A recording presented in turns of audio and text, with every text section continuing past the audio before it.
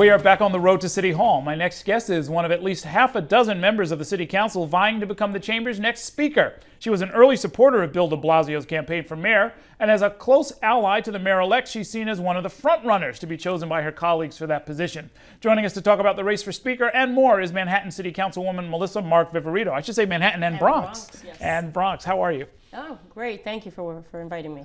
Everyone is telling me that you are the front-runner. At this stage of the game, what does that mean? You know, I am taking this campaign very seriously.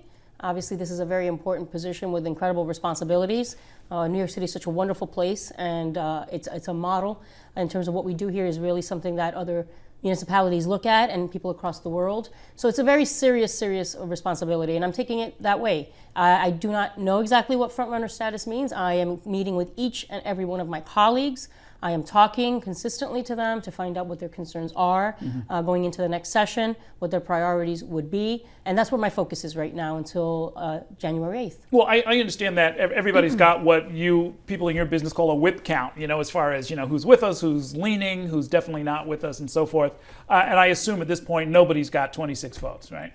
Well, the process continues. So until January 8th, those conversations will continue to be aggressive and will continue to happen. And I look forward to continuing to engage with my colleagues. So now let's talk about the conversation. There was a public portion of it. You all were good enough to come on with us and a number of other different public forums, and you talk publicly about stuff. But in the end, because it's only going to be the 51 members who cast those votes, the conversation now goes into a different place. And there's been some concerns raised, some were on this program last night, as a matter of fact, some concerns raised about who's in those conversations. Traditionally it was the Democratic, especially party bosses, party chairman, I should say, the county chairman.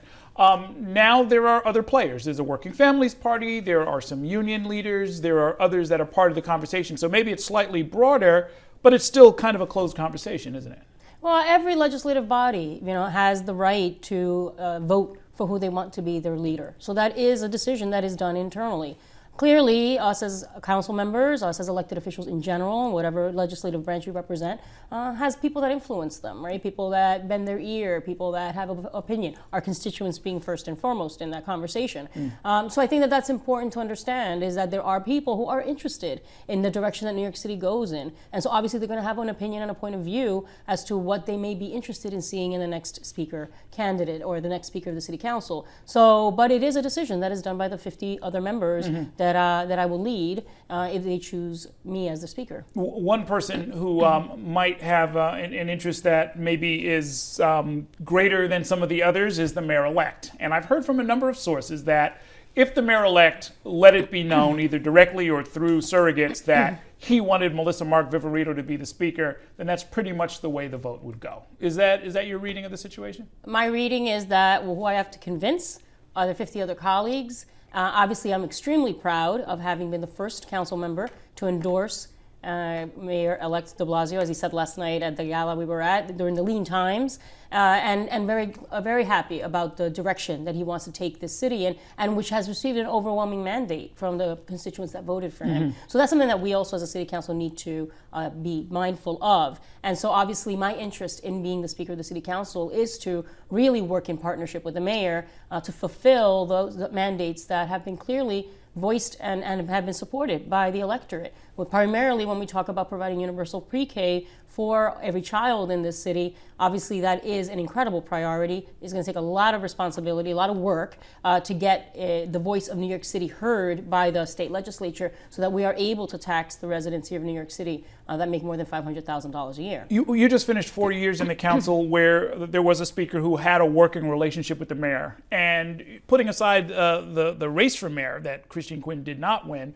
there were times just in the course of doing a legislative business where my sense was that you and some of the other members chafed under this relationship, that she was responding more to the other side of City Hall on one issue or another than perhaps to the body that had made her the speaker.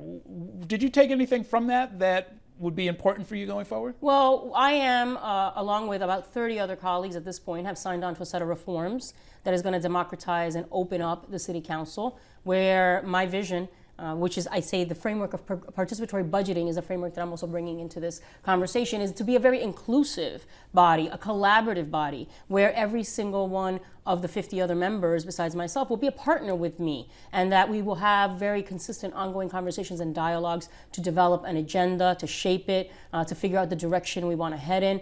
That is something that is going to really be important to me as the speaker, and that is going to also lead to the direction of what relationship we're going to have with the mayor. I believe, and very strongly so, based on what we saw in this last election cycle, that we're going to have a genuine, real, productive working relationship with this mayor. But if you look at my track record and my trajectory, also it's one where if we decide that we feel our point of view is one that's heading in a different direction, that we can do so in a respectful manner and hopefully come to some sort of collaboration where we can help shape public policy too. So that's the kind of dynamic and relationship that I want to build with my colleagues, and also looking in terms of the relationship that I look to have with the mayor. When it comes to your relationship to the other members and the reforms that are being proposed, the most potent powers that the Speaker has over the other members of the Council is the ability to control their pay by naming them to committees and then giving them payments in lieu of salary, meaning the Lulus that can boost their salary 10%, 20%. And so there's that, and then there's also the ability to affect the member items and the money that they can spend in their districts.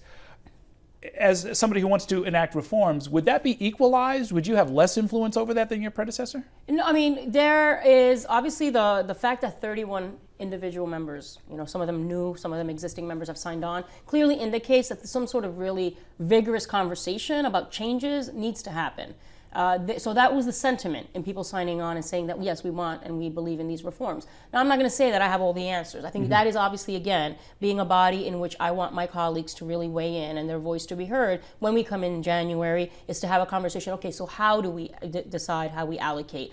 Some have talked about a needs-based formula. Some have talked about just equalizing it around the board. There's got to be different a mechanism that we can create that will really address all of the concerns that members have. So again, I don't have the answer for you right now, but I believe definitely that there has to be some level of formula, and to depoliticize a little bit the way that those allocations are made. There's too much discretion right now at the hands of the Speaker, and I think that some communities are being left behind because of that, and we need to really end that. If made Speaker, would you make a priority of revisiting paid sick leave and a possible increase in the minimum wage? I believe that is something that a lot of us have thought about and are interested in seeing that conversation start up again, yes. And now, as a former union professional and somebody who's deeply invested in the labor movement, this question of city workers' contracts and whether or not some provision for raises or some kind of understanding can be reached, as well as, I guess, the flip side of that, which is whether or not they should be paying for some of their own health benefits, all of this is going to end up on the desk of the next Speaker. What's your thinking about that question? Well, ultimately, obviously, the negotiation of those contracts is ultimately up to the mayor. But I think, obviously, we do have some thought that we can add to this conversation. And I think that one of the things we've seen, and genuinely I think it's a real disservice to the city, is that this administration has really closed the door to the unions. We have every single one of the contracts expired, right, that we have to figure out and negotiate. So there's a lot of work that needs to get done, and I think that having the voice of people that are affected around the table needs to happen. I think union leaders need to be part of the conversation. A lot of unions themselves have ideas of how to do cost savings, have ways of looking at what we can do in terms of finding ways of cutting, to have additional monies available to really look at ways that maybe some of these contracts can be taken care of. But I'm not, that is obviously something that has to be negotiated. And something that obviously the mayor has ultimate responsibility. But I believe that having people weigh in and provide their ideas and recommendations about how they think things should proceed should be available. And that has not been available to the union leaders as well. The doors have been shut to them. But even if the doors are open and there's a different kind of conversation going on, ultimately you're on the other side of the table, right? In this general bargaining over rights and responsibilities and what the city can and can't afford. Are you ready for that? To talk to your former colleagues and say, we can't do it?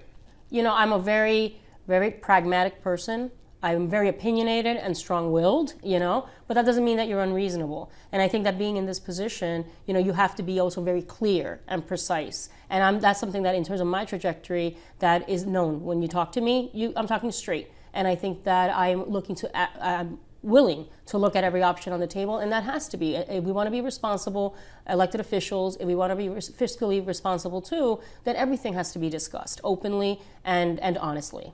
Okay, we're going to leave it right there for now. If we don't see you before the holidays, have a great one, and we'll catch up before January 8th. Thank you very much, Aaron. Okay, best of luck. We're going to take a short break now. Coming up in the political rundown, Curtis Sliwa and Herson Barrero tell us if they think the Donald should jump into the race for governor next year.